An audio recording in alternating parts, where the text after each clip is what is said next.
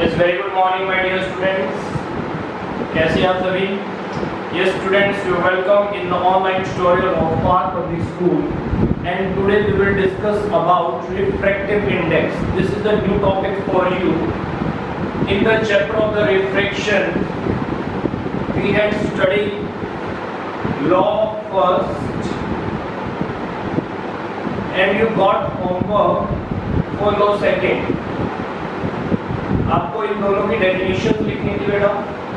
Law second मैंने कहा था स्नेल्स लॉ है,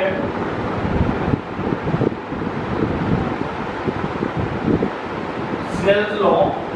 इस लॉ को समझने के लिए दैट इज वेरी इंपॉर्टेंट। ठीक है, ये तो सिंपल था जैसे हमारा रिफ्लेक्शन में था, नथिंग एल्स।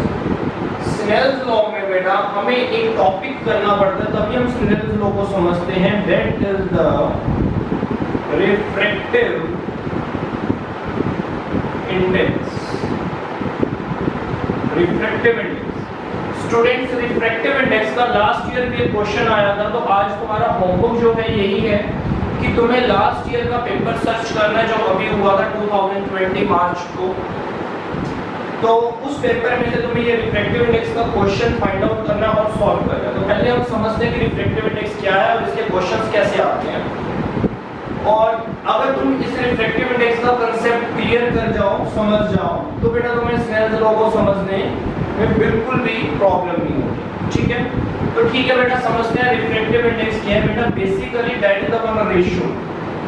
ये रेशियो होती है, रेशियो ऑफ स्पीड। ये स्पीड की रेशियो होती है। हम ये भी कह सकते हैं that is the comparison of the speed, कि इस मीडियम में स्पीड कितनी है, इस मीडियम में स्पीड कितनी है। ठीक है, तो बेसिकली रिफ्रैक्टिव इंडेक्स दो टाइप से होते हैं। मैं आप इसको डिटेल में लेकर आता हूं रिफ्रैक्टिव इंडेक्स को बेटा। कौन सा रिफ्रैक्टिव इंडेक्स होता है, let's see. First refractive index होता है बेटा हमारा एब्सोल्यूट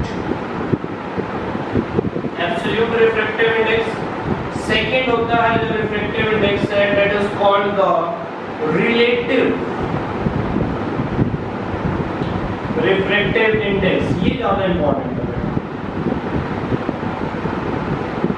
रिलेटिव रिफ्रैक्टिव इंडेक्स हमारा बहुत इंपॉर्टेंट है। ये बहुत सिंपल है। इसके अंदर क्या है देखिए।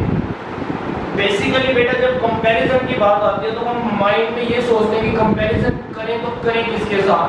तो जैसे कि अब हम कंपैरिजन करते हैं सबसे हाई स्पीड के साथ। तो कल भी ये बात हमारी डिस्कस हुई थी कि जो सबसे ज्यादा स्पीड होती है लाइट की वो वैक्यूम में होती है, जिसको C से लिखते हैं 3 × 10⁸ वैक्यूम, एयर और free space motion.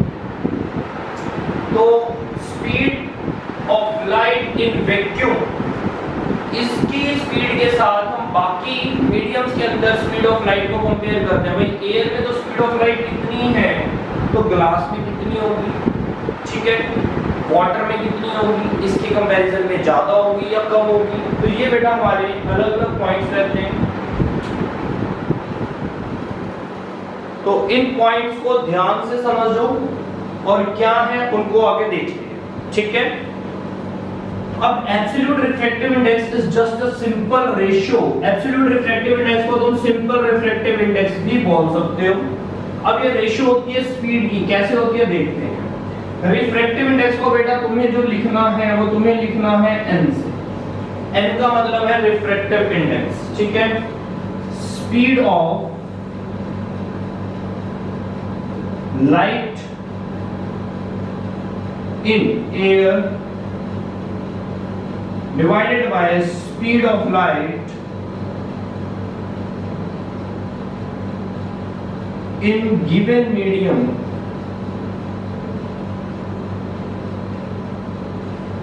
speed of light in a air divided by speed of light in a given medium। अब इसमें क्या रहेगा बेटा, इसको हम लिख कैसे सकते हैं देखो। फॉर एग्जांपल ये हमारे पास रिफ्रैक्टिव इंडेक्स है। अभी मैं तुम्हें इसको मतलब भी समझाता हूँ रिफ्रैक्टिव इंडेक्स क्या होता है। ठीक है, speed of light in air को किससे लिखते हैं, C से। ठीक है, speed of light in a given medium, जो भी तुम्हें मीडियम दे रखा है, ग्लास है, एयर है, वाटर है, ऑयल है, जो भी है बट उसको मान लेते हैं उसके अंदर स्पीड ऑफ लाइट है v। ठीक है, सी तो नहीं हो सकती क्योंकि सी मैक्सिमम होता है और वो एयर के लिए, वैक्यूम के लिए ही होता है। तो ये है किसी भी गिवन मीडियम के लिए बी। तो ये बेटा इसका फॉर्मूला बन गया। अगर मैं तुमसे कहता हूं what is the SI unit of the refractive index, तो बहुत सिंपल सा आंसर है कि इसका एसआई यूनिट नहीं होता, इसके कोई यूनिट्स नहीं है, बिकॉज क्योंकि स्पीड को स्पीड डिवाइड करते हैं। बार-बार ये बातें हम कर चुके हैं, 9th में भी आया था रिलेटिव डेंसिटी वाला कंसेप्ट। ठीक है, तो स्पीड को जब स्पीड डिवाइड करेगा बेटा, सेम क्वांटिटी डिवाइड करेगी तो उसका यूनिट नहीं होगा। ठीक है, कैंसिल आउट हो जाते हैं। चलिए, ये था absolute refractive index for a simple refractive index. Refractive index का मतलब क्या है बेटा, इसकी सिंपल सी एक पहचान है, इसकी सिंपल सी एक पॉइंट तुम्हें सिंपल सा इसका एक आइडिया माइंड में, कंसेप्ट माइंड में सेट कर लेना है। जिसका रिफ्रैक्टिव इंडेक्स ज्यादा होगा, जिस मीडियम का रिफ्रैक्टिव इंडेक्स ज्यादा होगा, डेफिनेटली उस मीडियम के अंदर लाइट की स्पीड कम हो जाएगी। दोबारा मैं रिपीट करता हूं सेंटेंस को, जिसका रिफ्रैक्टिव इंडेक्स ज्यादा होगा, डेफिनेटली उसके अंदर लाइट की स्पीड, उस मीडियम के अंदर लाइट की स्पीड बेटा कम हो जाएगी। ठीक है, तो इस चीज का ध्यान रखिए। कोई डाउट है इसमें कि रिफ्रैक्टिव इंडेक्स जिस मीडियम का ज्यादा होगा उसके अंदर लाइट की स्पीड क्या हो जाएगी, कम हो जाएगी। देखो इससे देखो, अगर रिफ्रैक्टिव इंडेक्स ज्यादा होगा तो definitely speed of light in the given medium less हो जाएगी ना। अगर नीचे वाली क्वांटिटी कम होगी तो ये वाली क्वांटिटी ज्यादा होगी। सिंपल कांसेप्ट समझ सकते हो तुम यहां से। ठीक है, तो ये तुम्हें वन क्लियर हो गया। ठीक है, अगर किसी मीडियम में लाइट की स्पीड कम हो जाएगी बेटा, तो वो वाली light refracted ray, I mean to say refracted ray ज्यादा बेंड होएगी या कम बेंड होएगी, और किसकी तरफ बेंड होएगी। अगर किसी मीडियम में स्पीड की लाइट कम हो रही है तो वो वाली लाइट किसकी तरफ बेंड होगी, और ज्यादा बेंड होगी या कम बेंड होगी। अगर काफी कम हो रही है स्पीड ऑफ लाइट तो वो लाइट नॉर्मल की तरफ काफी बेंड हो जाएगी। ठीक है, तो दैट मींस जिस मीडियम के अंदर, यहां पर देखो बेटा ध्यान से समझो इस कांसेप्ट को। ये क्लास लैब ले लेते हैं, ये incident light normal angle of incidence, light को ऐसे जाना था, नहीं ये बेंड हो गई टुवर्ड्स द नॉर्मल। देखो बेंड हुई ना टुवर्ड्स द नॉर्मल, तो ये क्या बना, एंगल ऑफ रिफ्रैक्शन। ये angle R, angle of refraction. बेटा जिस मीडियम के अंदर, जैसे ग्लास है, ये कोई और भी चीज हो सकती है, जिसके अंदर एंगल ऑफ रिफ्रैक्शन छोटा होगा, कम होगा, वैल्यू लेस होगी, तो दैट मींस उस मीडियम के अंदर स्पीड ऑफ लाइट कम है। ठीक है, तो इसका मतलब इस मीडियम का, जिस मीडियम का आर कम है, स्मॉल है, इसका मतलब उस मीडियम का रिफ्रैक्टिव इंडेक्स ज्यादा होगा। क्यों? क्योंकि अभी अभी मैंने कहा ना, रिफ्रैक्टिव इंडेक्स उसका ज्यादा होता है जिसमें स्पीड ऑफ लाइट कम हो जाती है। स्पीड ऑफ लाइट कम होगी, रिफ्रैक्टिव इंडेक्स ज्यादा होगा। रिफ्रैक्टिव इंडेक्स ज्यादा होने का मतलब स्पीड ऑफ लाइट कम, स्पीड ऑफ लाइट कम होने का मतलब एंगल बेंडिंग ज्यादा है, एंगल छोटा बन रहा है। तो कांसेप्ट्स क्लियर होने चाहिए तुम्हारे, पॉइंट्स क्लियर होने चाहिए छोटे छोटे, कि तुम्हें समझने में कोई प्रॉब्लम ना हो। ठीक है, अब बेटा रिलेटिव रिफ्रैक्टिव इंडेक्स पे आ जाते हैं।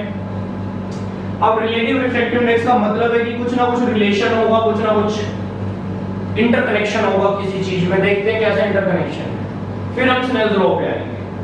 ठीक है,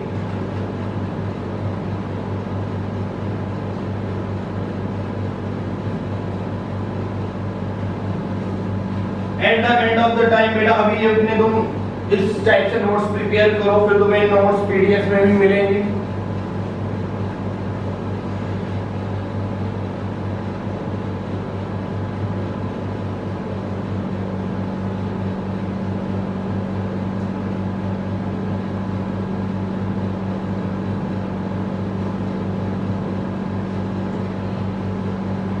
चलिए, नाउ रिलेटिव रिफ्रैक्टिव इंडेक्स। अच्छा, उस रिफ्रैक्टिव इंडेक्स की अगर तुमसे डेफिनेशन पूछी जाए तो कैसे बताओगे? Refractive index is the ratio of the speed of light in a air to the speed of light in the given medium and it is the unitless quantity. It is represented by n। ठीक है, formula भी बता सकते हो, तो सब कुछ कर सकते हो। ठीक है, पॉइंट आता है रिलेटिव रिफ्रैक्टिव इंडेक्स, इसको भी हमने लिखना तो n से ही है। अब इसमें क्या होता है, मैं यहाँ पर विद एग्जांपल चल रहा हूँ, तभी समझ पाओगे, नहीं तो समझ नहीं आएगा।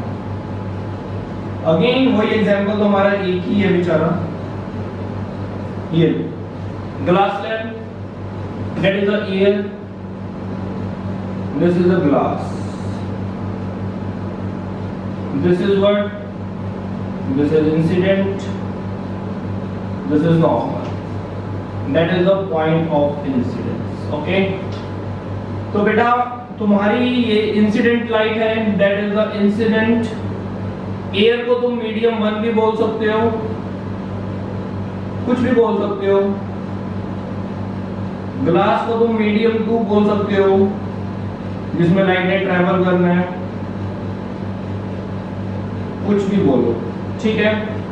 और ये लाइक दिस, ये है रिफ्रैक्टेड रे, सीधी नहीं गई है, बेंड हुई है टुवर्ड द नॉर्मल। ये एंगल आई है, ये एंगल आर है,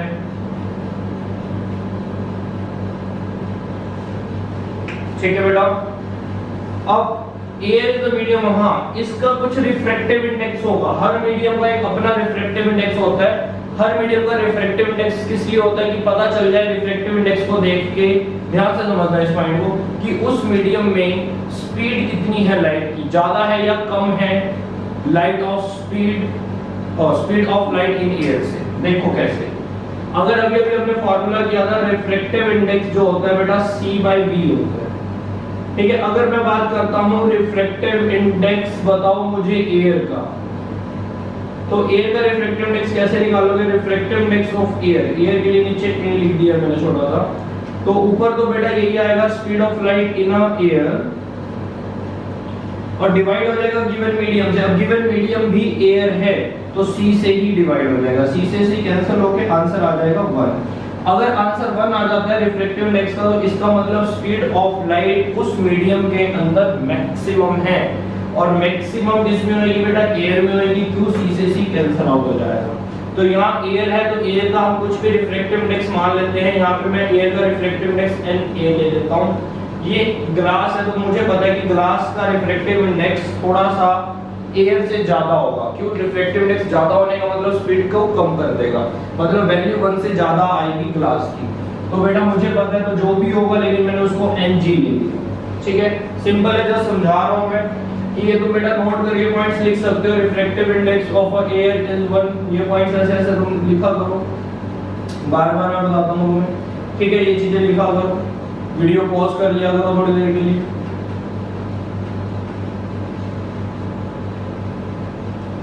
चलिए आगे आते हैं, पढ़ करेंगे। ये सुनाओ, रिलेटिव रिफ्रैक्टिव इंडेक्स को समझने का क्या मीडियम है? देखो मैं यहाँ पर एक लाइन लिखूंगा, refractive index of glass with respect to refractive index of air, ठीक है। विद रिस्पेक्ट टू के बाद वाला जो भी मीडियम होगा, वो मीडियम के अंदर तुम्हें इंसिडेंट लाइट मिलेगी। ध्यान से समझो इन पॉइंट, उस मीडियम में कौन सी लाइट होगी? इंसिडेंट। जो मीडियम पहले लिखा गया होगा, ये वाला जो मीडियम होगा, इस मीडियम के अंदर बेटा तुम्हें मिलेगी रिफ्रैक्टेड रे या इंसिडेंट रे, लिख देता हूं, ये होगा रिफ्रैक्टेड रे। बहुत सिंपल है, मतलब कंपैरिजन किया जा रहा है कि रिफ्रैक्टिव इंडेक्स जो जिसके अंदर इंसिडेंट लाइट आ रही है, इंसिडेंट रे है, उसका कितना रिफ्रैक्टिव इंडेक्स है, और जिसमें लाइट एंटर करने जा रही है उसका कितना रिफ्रैक्टिव इंडेक्स है। तभी यहाँ पर एक वर्ड लगता है बेटा रिलेटिव, मतलब रिलेशन बताई जाती है दोनों के रिफ्रैक्टिव इंडेक्सेस के बीच में, कि इंसिडेंट वाले मीडियम में कितनी स्पीड थी, क्या रिफ्रैक्टिव इंडेक्स था, और जिसके अंदर लाइट एंटर करने जा रही है तो उस मीडियम का क्या रिफ्रैक्टिव इंडेक्स है। उन दोनों को जो रिलेशन बनाते हैं तो वो होता है रिलेटिव रिफ्रैक्टिव इंडेक्स। देखो रिलेशन कैसे बनती है, बहुत सिंपल है, लिखने का तरीका समझ लेना एक बार। ये जो मैं लिखूंगा बहुत सिंपल है लिखने का तरीका। देखो ये मैंने लिखा n, रिफ्रैक्टिव इंडेक्स यहाँ पर लिखी जाएगी, वो वाला मीडियम लिखा जाएगा जिसमें इंसिडेंट लाइट होगी।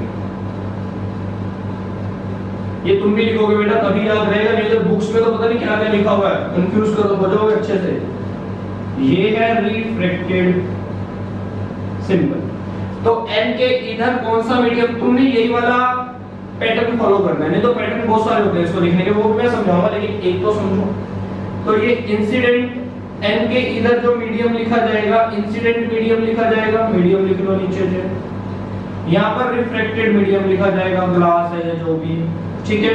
तो इसको कैसे लिखेंगे तो देखते हैं बेटा। इसको लिखने के लिए थोड़ा सा बड़ी कैमरा सेट कर दूं मैं, नहीं तो दिखेगा नहीं।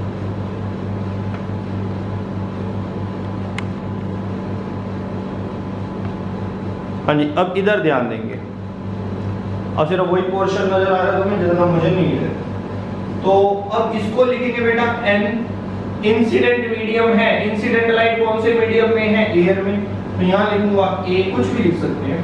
अगर मैं इसको 1 दिखा देता कि ये मीडियम 1 है तो यहाँ 1 लिख लेता, इसको मैं दिखा देता कि मीडियम 2 है तो यहाँ 2 लिख देते। तो अब रिफ्रैक्टेड लाइट है मेरी ग्लास में, तो यहाँ G लिख दूंगा, सिंपल। ये तो लिखने का तरीका है।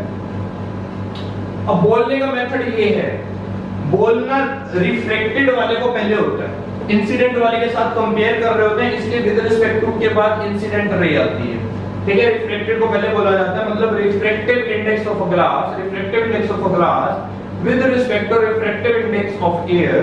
तो ये डेफिनेशन से फार्मूला बन जाता है। कैसे? Refractive index of a glass, glass का रिफ्रैक्टिव इंडेक्स ऊपर लिखा जाएगा। ये फार्मूला बोल रहा हूं मैं इसका, जैसे n का फार्मूला था ना c/d, अब मैं रिलेटिव रिफ्रैक्टिव इंडेक्स का फार्मूला बता रहा हूं, ये रिलेशन बता रहा है दोनों में, एयर में और ग्लास में। तो ये जो डेफिनेशन है उसके अकॉर्डिंग मैं फार्मूला लगा रहा हूं। ये जो रिफ्रैक्टेड वाला पार्ट है वो ऊपर आएगा n, और नीचे आएगा refractive index of a glass with respect to नीचे विद रिस्पेक्ट टू एयर, तो ये आ जाएगा a। सिंपल है, क्लियर है सबको, ठीक है। तो इसका अगर मैं, ये फार्मूला ओपन हो चुका है रिलेटिव रिफ्रैक्टिव इंडेक्स का, ठीक है। ये चीज अगर किसी को समझ आ रही है तो मतलब उसको स्नेल्स लॉ समझ आ रहा है, क्योंकि स्नेल्स लॉ यही होता है, ठीक है। देखते जाओगे। अब ये रिफ्रैक्टिव इंडेक्स आ गया, वेरी गुड। फॉर्मूला बोलते हैं रिफ्रैक्टिव इंडेक्स ऑफ ग्लास। अगर मैं बात करूं रिफ्रैक्टिव इंडेक्स ऑफ ग्लास की, तो यहां पर क्या हो जाएगा, speed of light in air और speed of light in glass, तो यहां पर आ जाएगा c divided by v divided by na। क्या था, na is equal to c divided by va। अब कहीं तो सोच रहे होंगे, डेफिनेटली सोच रहे होंगे कि ये है रिफ्रैक्टिव इंडेक्स ऑफ एयर, ये है speed of light in air, और ये भी है speed of light in air, और speed of light in air को तो c से लिखा जाता है। बेटा अभी मैं जस्ट फार्मूला बना रहा हूं, इसलिए मैंने यहाँ पर va लिख दिया, नहीं तो कटिंग होकर 1 आ जाएगा, ठीक है। तो इसलिए मैं कि तुम्हें फार्मूला समझ आ जाए, a c divided by va, c से c को बेटा कैंसिल कर देंगे, ये a रेसिप्रोकल होकर ऊपर चला जाएगा, तो ये तुम्हारा बन जाएगा क्या, ये बन जाएगा va डिवाइडेड बाय vg। तो यहां से बेटा तुम ये अब प्रॉपर एक फार्मूला बना लेना, proper formula a n g is equal to n g divided by n a is equal to v a divided by vg। समझ आ रहा है बेटा? देखो, तो ये तो रिफ्रैक्टिव इंडेक्स का वेलोसिटी में सामने आता है, एयर ऊपर है तो वेलोसिटी एयर के ऊपर आएगी, इंसिडेंट वाले की पहले है, ठीक है। ये तुम्हें क्लियर हो जाएगा कि ये इंसिडेंट मैंने लिखा है, ये वाली चीज तुम्हें लिखनी है तभी क्लियर होगा। ये इंसिडेंट मीडियम है, ठीक है, ये रिफ्लेक्टेड मीडियम है, तो यहाँ पर इंसिडेंट मीडियम, ये रिफ्लेक्टेड मीडियम, ऊपर जाएगा रिफ्लेक्टेड मीडियम, नीचे आएगा इंसिडेंट मीडियम, फिर वेलोसिटी का फार्मूला लगा के रेसिप्रोकल हो गई आता है। तो ये डेफिनेटली हमारा ये फिक्स फार्मूला है, तो बनता है। ग्रेट।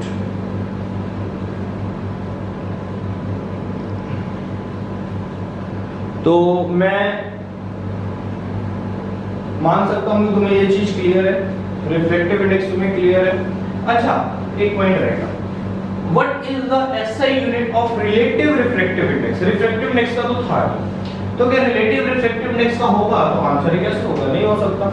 ये तो भी रिफ्लेक्टिव इंडेक्स को रिफ्लेक्टिव इंडेक्स डिवाइड कर रहा है, जब दोनों का यूनिट ही नहीं है तो कहां से यूनिट आएगा, नहीं आ सकता। Very good. तो ये बेटा यहां तक हमारा आज का टॉपिक था।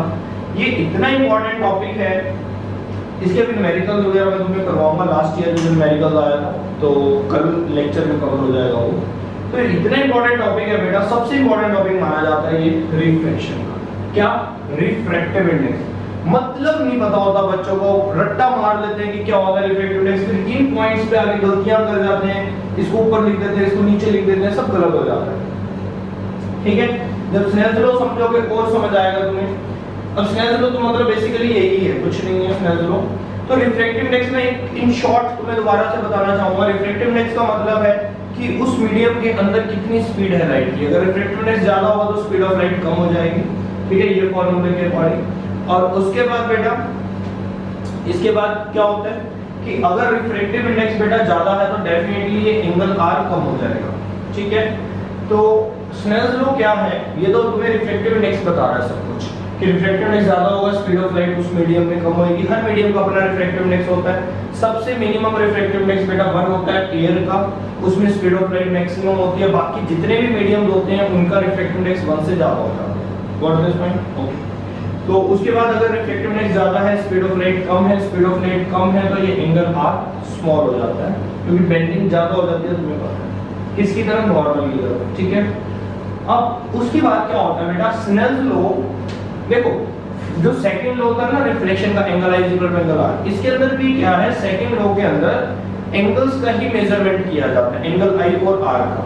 लेकिन ये नहीं समझ आता कि अगर मैं इतना एंगल आई बनाऊंगा तो कितना एंगल आर बनेगा, क्योंकि फर्स्ट रिफ्लेक्शन में तो समझ आ जाता है कि अगर तुम 40 डिग्री का एंगल आई बनाओगे तो एंगल आर भी 40 डिग्री का बनेगा। अब इसके अंदर कौन समझे कि कितना एंगल आई बनाए और कितना एंगल आर बने, क्योंकि दोनों चेंज हैं, इक्वल नहीं है। एंगल आर छोटा भी हो सकता है, बड़ा भी हो सकता है, डिपेंड्स ऑन द कि लाइट जा कहां से रही है, रेयर से डेंसर में या डेंसर से रेयर में, कल बताया था। तो बेटा कितना एंगल आई रखें और कितना एंगल आर बने, इसकी कैलकुलेशन करी थी स्नेल्स ने। और इस एंगल आर की कैलकुलेशन करने वाला कौन था, रिफ्रैक्टिव इंडेक्स। क्यों? अगर रिफ्रैक्टिव इंडेक्स मीडियम का ज्यादा होगा तो ये एंगल आर कम हो जाएगा। तो ये एंगल आर डिपेंड करता है रिफ्रैक्टिव इंडेक्स पे। तो दैट मींस स्नेल्स लॉ किस पे बेस्ड है, रिफ्रैक्टिव इंडेक्स पे बेस्ड है, क्योंकि स्नेल्स लॉ ने एंगल्स को मेजर करना है और एंगल्स को मेजर कौन करवाता है, रिफ्रैक्टिव इंडेक्स करवाता है, एंगल आर। ठीक है बेटा, तो ठीक है बेटा, कल करवाता हूं मैं तुम्हें स्नेल्स लॉ अच्छे से, तो इस कांसेप्ट को अच्छे से करो। ठीक है, इनके डेफिनेशंस मैंने बताई दी हैं, फिर भी बुक्स की हेल्प लिया करो, बुक्स में तुम्हें और कुछ पता चलेगा, लेकिन ये सबसे इजीएस्ट मेथड है रिप्रेजेंट करने का। बुक्स में क्या होता है, इस चीज को भी इधर लिख देते हैं। ठीक है, जैसे मैंने ये बताया था मीडियम 1, अब मैंने क्या लिखा, इसको NA लिखा, तो जरूरी नहीं है NA लिखना है। अगर A मैंने क्यों लिखा था, A के कारण। अगर वो कहते हैं दैट इज द मीडियम 1, तो N1 लिख दो कि ये मीडियम 1 का रिफ्रैक्टिव इंडेक्स है। ये मीडियम 2 है तो इसको N2 लिख दो। अगर वो कहते हैं कि N2 ज्यादा है N1 से, तो इसका मतलब है कि N2 के अंदर इसका रिफ्रैक्टिव इंडेक्स ज्यादा है, तो इसमें स्पीड कम होगी लाइट की। तो इस टाइप से बेटा तुम उसको कर सकते हो, हैंडल कर सकते हो। तो आई होप कि तुम्हें पॉइंट्स क्लियर हो गए। ठीक है, तो टेक केयर बेटा, यहाँ तक अच्छे से समझो, बहुत इंपॉर्टेंट आज का लेक्चर था। जिसको ये लेक्चर क्लियर होगा बेटा, उसके लिए रिफ्रैक्शन वाला चैप्टर ही क्लियर हो जाएगा, क्योंकि इसके बाद वाला जो पार्ट है रिफ्रैक्शन में, वो सिमिलर पार्ट है जो रिफ्लेक्शन कर चुके हैं। ठीक है, फिर तो एज इट इज स्टार्ट हो जाएगा।